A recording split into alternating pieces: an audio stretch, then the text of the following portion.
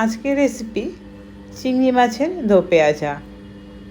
চিংড়ির দো পেঁয়াজা বানানোর জন্য এখানে মিডিয়াম সাইজের গলদা চিংড়ি মাছ কেটে ধুয়ে পরিষ্কার করে নিয়েছি এবং দেখতে হবে যেন মাছে কোনো রকম পানি না থাকে। তো পরিমাণ মতো লবণ হলুদ মাখিয়ে খুব ভালো করে ম্যারিনেট করে রেখে দিয়েছি 10 মিনিট। এখন মাছগুলো ভাজার জন্য সরষের তেল দিয়ে দিচ্ছি কড়াইতে।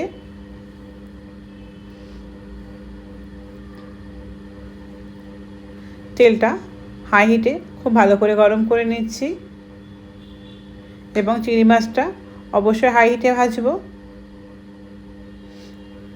একে একে চিংড়ি মাছগুলো এখন দিয়ে দিচ্ছি। আর চিংড়ি মাছ খুব বেশি ভাজা যায় না, কম করে 1 মিনিট, খুব বেশি হলে 1.5 মিনিট। তার বেশি ভাজলে চিংড়ি মাছ খুবই শক্ত হয়ে যায়, একদম টেস্টটা হয় না। তো এখানে 30 থেকে 35 সেকেন্ড পর পর চিংড়ি মাছটা আমি একটু উল্টে দেব। ব্যাস 2 পিঠ কালারটা চেঞ্জ হয়ে গেলেই চিংড়ি মাছটা নামিয়ে নেব। আর চিংড়ি মাছ তেলে দিলেই কালারটা চেঞ্জ হয়ে যায়। তো 1.5 মিনিট সময় ধরে চিংড়ি মাছগুলো ভেজে তুলে নিলাম। ওই কড়াইতে দিয়ে দিচ্ছি আর একটু সর্ষের তেল। দো পেঁয়াজা বানানোর জন্য দিয়ে দিচ্ছি এখানে এলাচ, লবঙ্গ, দারচিনি। এলাচ, লবঙ্গ, দারচিনি থেকেও সুন্দর একটা ফ্লেভার ছাড়তে শুরু করেছে। এখন দিয়ে দিচ্ছি এখানে 2টো মিডিয়াম সাইজের স্লাইস করে কেটে রাখা পেঁয়াজ। পেঁয়াজটা এখন হালকা একটু নরম করে ভেজে দিয়ে দিচ্ছি এখানে আদা বাটা। আদা বাটা দিয়ে খুব ভালো করে একটু কষিয়ে নিলাম যাতে আদার কাঁচা গন্ধ না থাকে। এখন দিয়ে দিচ্ছি এখানে স্বাদ মতো লবণ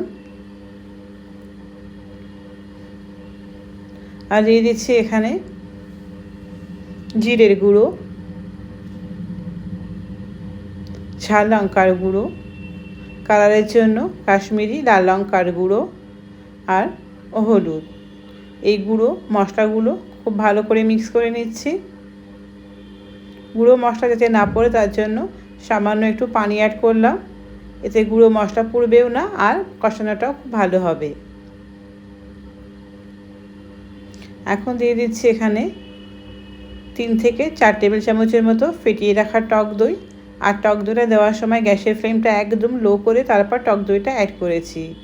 খুব ভালো করে টক দইটা মশলার সঙ্গে খুব ভালো করে কষিয়ে নেব।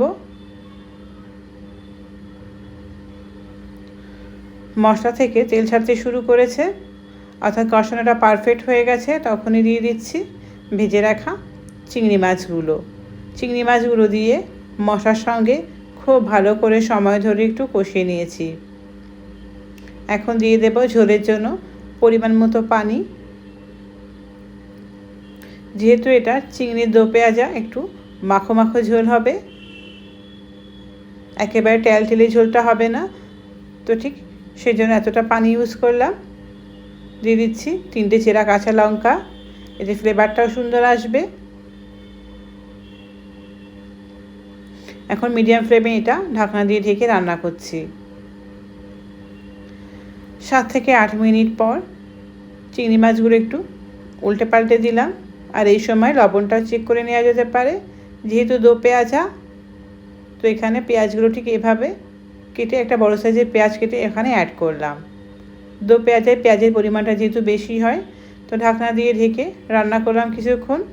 দেখুন তৈরি হয়ে গেছে চিংড়ি মাছের দো পেঁয়াজা। আমি প্লেটে সার্ভ করে দেখাচ্ছি। রেসিপিটা কিন্তু অসাধারণ, এটা না খেলে বুঝতেই পারবেন না। তো রেসিপিটা কেমন হলো কমেন্টে অবশ্যই জানাবেন। দেখা হচ্ছে নেক্সট রেসিপিতে। ওকে, বাই।